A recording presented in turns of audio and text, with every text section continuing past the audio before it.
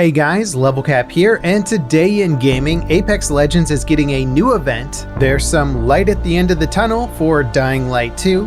Playlist updates for Call of Duty include some nice tweaks and much more. Hot off the heels of a really solid cinematic, Apex Legends is getting a new event focused on Pathfinder. Fight Night will introduce some new changes to airdrops, adds a new area to the Olympus map, as well as limited time modes and a bunch of cosmetics. The update is noir inspired, and Pathfinder's cosmetics look like a riff on the signature Dick Tracy yellow ensemble. The event also adds a new heirloom item for Gibraltar. Airdropped care packages have been reworked for the event.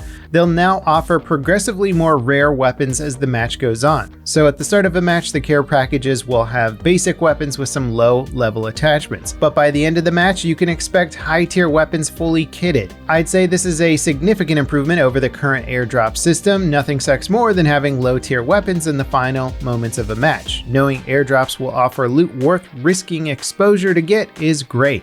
It gives cautious players more risk/reward opportunities and speeds up the looting process for more aggressive players. The new area being added to the map is a town takeover boxing arena. It will be featured in a limited time mode that lets players duke it out in the ring, though it would be cool to have some full-blown boxing matches during the middle of a regular round. Overall, the event seems like some pretty standard stuff for Apex. We can expect some balance tweaks, bug fixes, and other minor updates when it launches on January 5th. I certainly wouldn't expect any sort of massive overhauls or redesigns beyond that. Dying Light 2 was announced back in 2018. At the time, it was scheduled to launch in early 2020. But in January last year, the developers announced a delay to, well, an unspecific date. Since then, it's been basically radio silence. There were basically no major announcements, trailers, or details revealed about the game for all of 2020. In fact, the only real news about the game was that the game's writer, Chris Avellone, had been fired due to sexual misconduct allegations. The good news is that it looks like we'll be getting some real updates this year on the state of the game. The developers recently announced that they would be launching new info about the game this year. Right now, it seems like we can expect Dying Light 2 to launch in spring, but that's based on hints in their press review where they announced the initial delay. Since then, the pandemic has slowed development to a crawl across the industry. It's likely Dying Light 2 is yet another victim of the awful situation, so I wouldn't be surprised if there was another delay.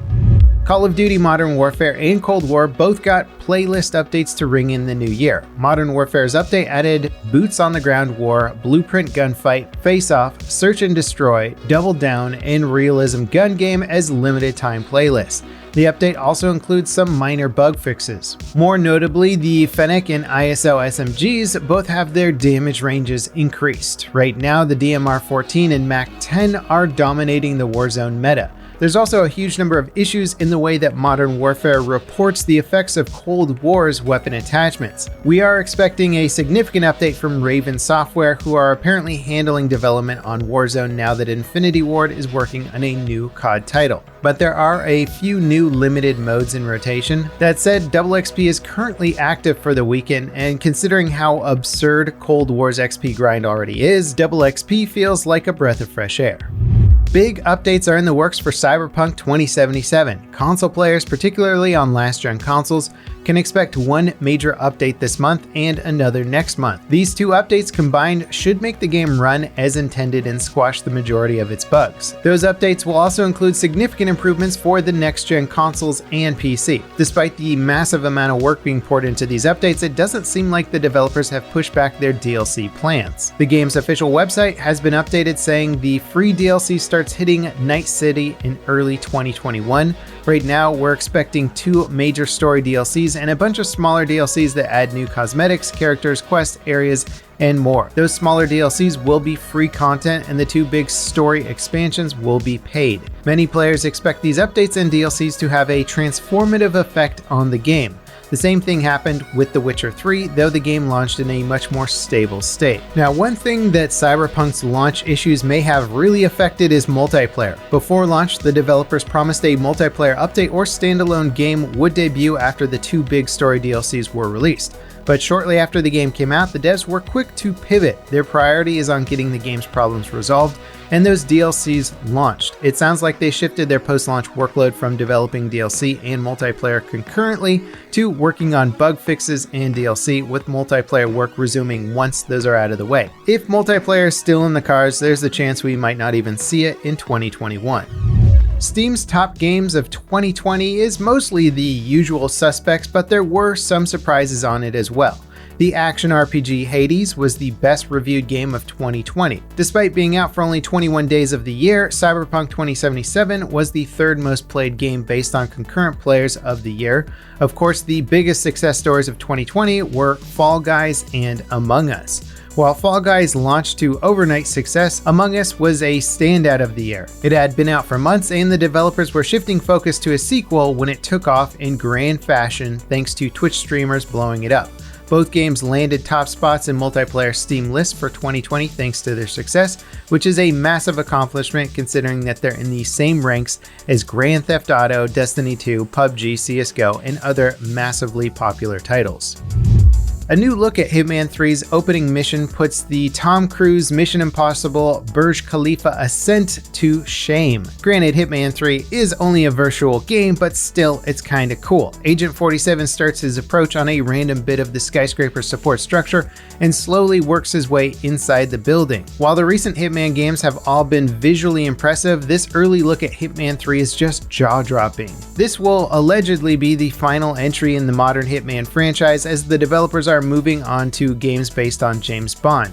Hitman 3 will include several new missions and locations. It will also offer all of the previous two games, levels, and objectives, remastered in the new game's updated engine. If you've been holding out on getting into Hitman, it looks like the third game will be the total package. It launches on the 20th for PC and consoles. Puerto Rico has pledged $8 million to rebuild the Arecibo Observatory telescope that collapsed late last year. The telescope has famously appeared in several movies, shows, and video games. The most notable example in the video game world is the map Rogue Transmission from Battlefield 4. Where things get weird is that you can actually destroy the dish in Battlefield 4 in a nearly identical fashion to how it played out in real life. Battlefield 4 was also set in 2020, the same year that the dish came down. And while life is often stranger than fiction, hopefully DICE doesn't blow up any more iconic monuments to scientific achievement in future Battlefield titles. Puerto Rico's pledge certainly isn't enough to complete the rebuild, but the observatory is funded by a wide range of institutions, including the US government. As they work to clear out the destroyed satellite, the observatory's other facilities will be restored to working order. Of course, the whole project will likely take years, and it's unclear if a new supermassive satellite will replace the old one.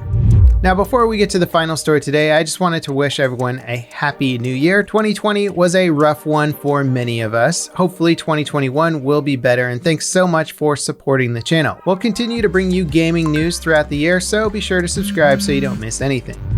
In our final story today, Stardew Valley's big 1.5 update might be available on consoles by the end of the month. It launched on PC late last month and included some pretty big updates like an advanced menu system, a new farm type, and more. When the update launched on PC, the devs said to expect it on console in January, but they've since confirmed it will be out by the end of the month. And that wraps it up for today in gaming. Thank you guys so much for watching, and I'll see you next time. This is LevelCap signing off.